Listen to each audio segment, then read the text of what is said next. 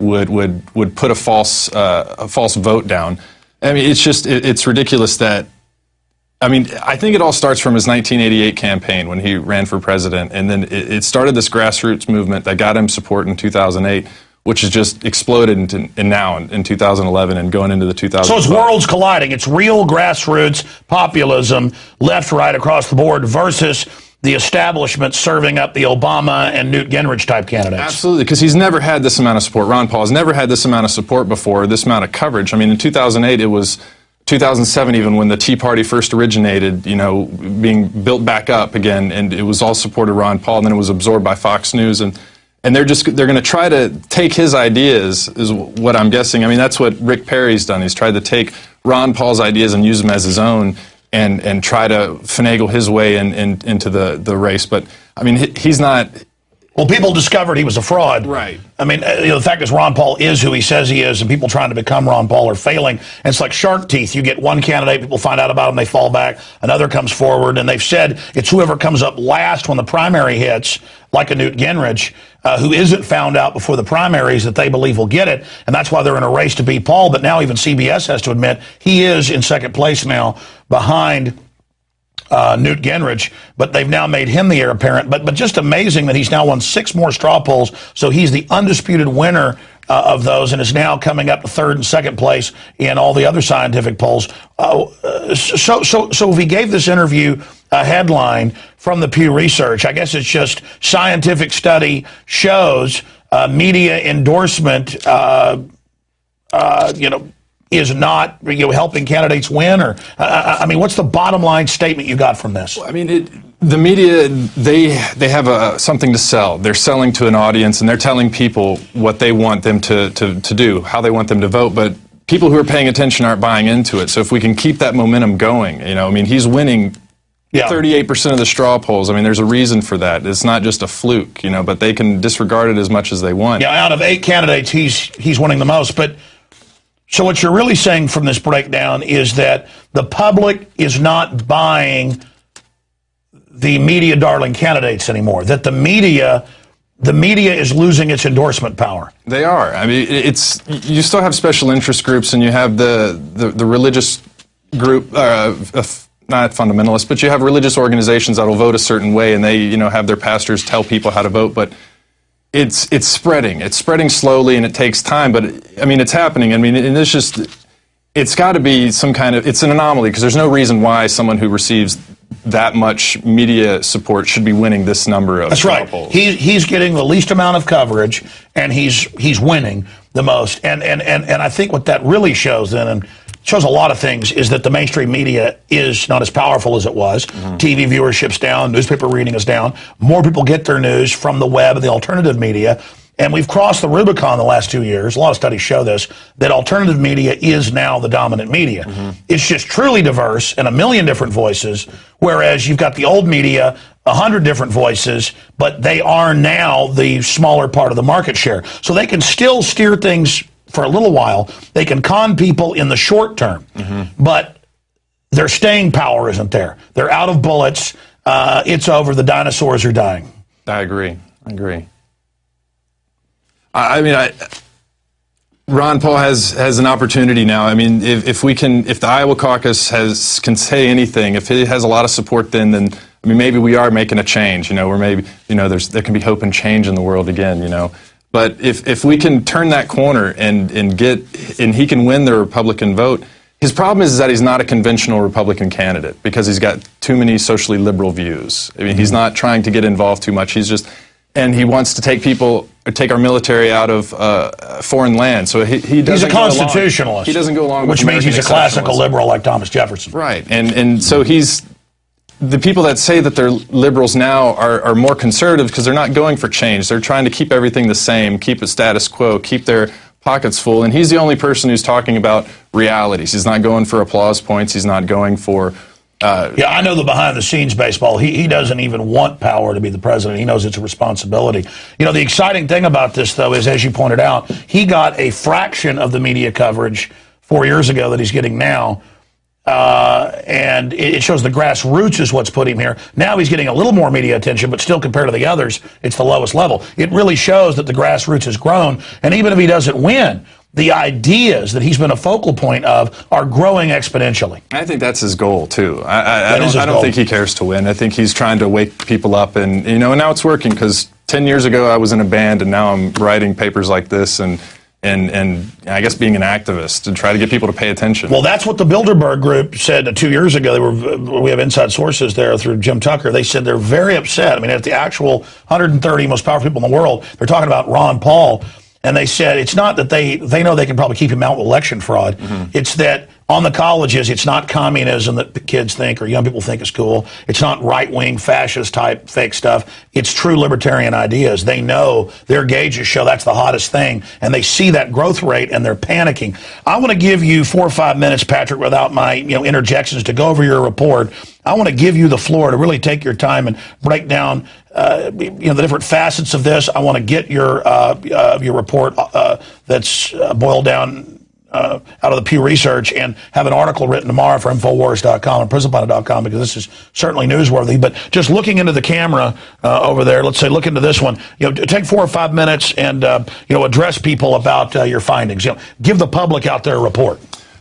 The reason why I did this report was because I was tired of arguing and campaigning for Ron Paul and telling people that the media was ignoring him, and them not believing me because they use the excuse that the media, they weed through the people running for office, candidates, in order to find the best possible one, and they'll focus on that one. But they're not doing their job now, and so I wanted to point out why and do it scientifically rather than taking a partisan stance and saying, well, I am a supporter of Ron Paul and here's why I like him.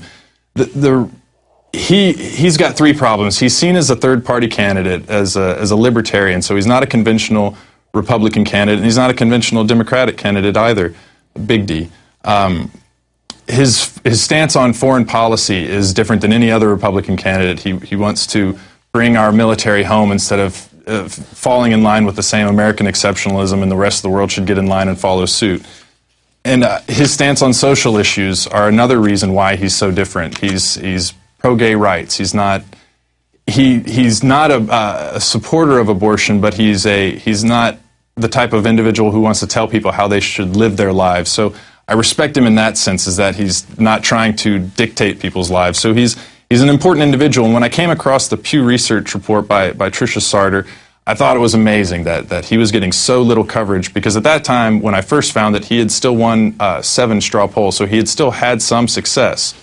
So I took 5 debates from September and October, and I broke those down, and I looked at the number of times each candidate spoke and the number of and the minutes that each candidate spoke. Individuals like Mitt Romney and Rick Perry received over an hour of talking time for those 5 debates. Ron Paul received 37 minutes. He was allowed to talk, 36 minutes. He was allowed to talk 37 times. The other candidates spoke over 60 times. The next closest one was Herman Cain, who spoke 44. He's not receiving the fair amount that I would think an individual like him, because he's a straight up individual. He's not using tactics to break down his candidates. He's being the type of person I think we should all emulate and try to be like. And so looking at the straw poll results, all of them have been referenced, and so through 35 of them, Mitt Romney has won 4, Rick Perry won 1, Michelle Bachmann 1, Rick Santorum 2, Ron Paul 11, Herman Cain 12. Now Herman Cain's not in the race anymore, so and since 9 more straw polls have happened, and like I said, Ron Paul's won 6, Herman Cain won 2, but he dropped out right after the second one, and Newt Gingrich has won 1. So we have an individual who's won 17 straw polls from over the last 11 plus months that is not receiving any media attention. So, but I didn't want to say it was a sociological phenomenon known as the hostile media effect, because that's all about perception, and that's where you get tied up, is when you start saying there's media bias out there, then you have to prove that there's a bias, and the problem with bias is that it's all about perception. It's an individual who's a Fox News watcher will say that MSNBC has a liberal bias because they don't have the same viewpoint as someone who's reporting Fox's stance or ideology. This is cold, hard facts. Yes, and This isn't about bias. It clearly shows a bias. It shows they're scared of Ron Paul. And since you did this report a few months ago, now they're cutting him even more. Forget he gets 2 or 3 minutes and Rick Perry gets 10.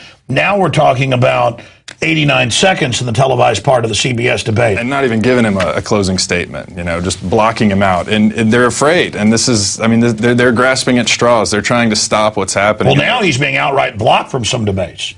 And they're also making it more of a circus, bringing in the establishment ringer Donald Trump.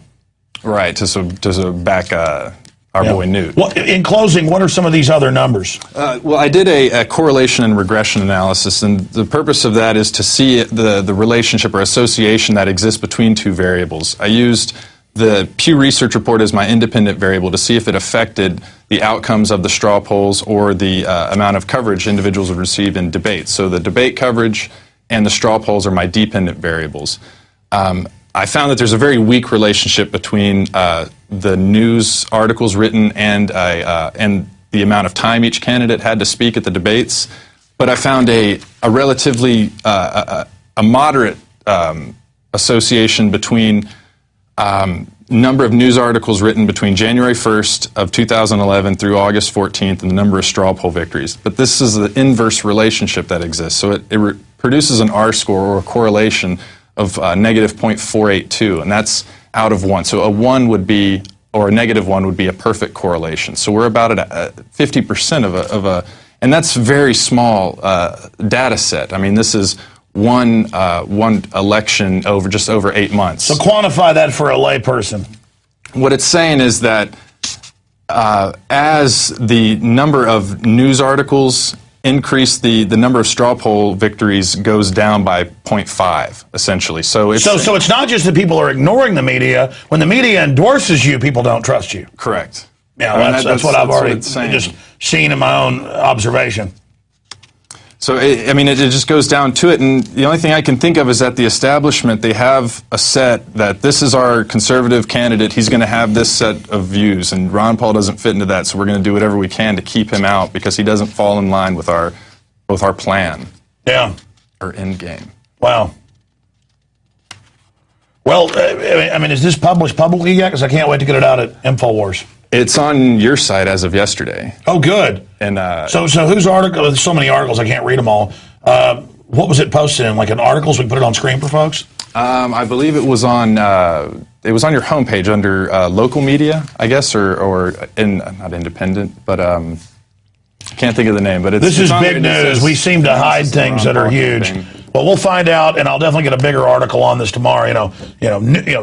Another scientific study shows media ignoring Ron Paul, but then more importantly, new scientific study basically validates what we already know. When the mainstream media endorses you, you fall like a rock. And that's all I was trying to do is validate. So the only other thing they've got is just to block you out. I'm sorry. Yeah, no, that's the reason why I did it is because everybody has their opinion, and we all know that he's being blocked out. But now we can say, well, scientific analysis tells us that he's being blocked, and people just aren't buying into it. But there's a point there, though, because it can get confused. Even I'm doing it. There's two things happening, or even more, but two main things. A, they're cheating him on the time because that is an effective way to try to hold him down, so new people don't discover him in the controlled old dinosaur media paradigm. But then it expands from there, from that point, because it's not just that the media is ignoring him, and that is effective. It's that for people that are reading that media, they're not covering him. Doesn't matter because people they endorse, it hurts them. Right. I said that in a long-winded way, but wow, just incredible information. All right, well, Patrick Dew, thanks a lot for coming in. Great job, and it's great working with your brother Rob, and I appreciate the work you're doing. I hope that more statisticians and more sociologists do what Pew's done, do what you've done, and just continue to show this. Because I remember a few months ago, they said, it's a conspiracy theory, Ron Paul's being cheated. And then Pew came out and other studies, and now you've done it. Everybody forgets that they made that statement, that it was a conspiracy theory. They just... Exactly. But this shows that the so-called mainstream media is like lead weights on somebody. This really shows it's not only that their power's diminished, it's that unless they want to start endorsing good people, it's a really sophisticated psyop, Right. And then that would really confuse people. But that's the only curveball they haven't thrown yet. You see what I'm saying? I guess we see if the Tea Party then backs Ron Paul, maybe we'll have maybe we'll see him diminish. Exactly.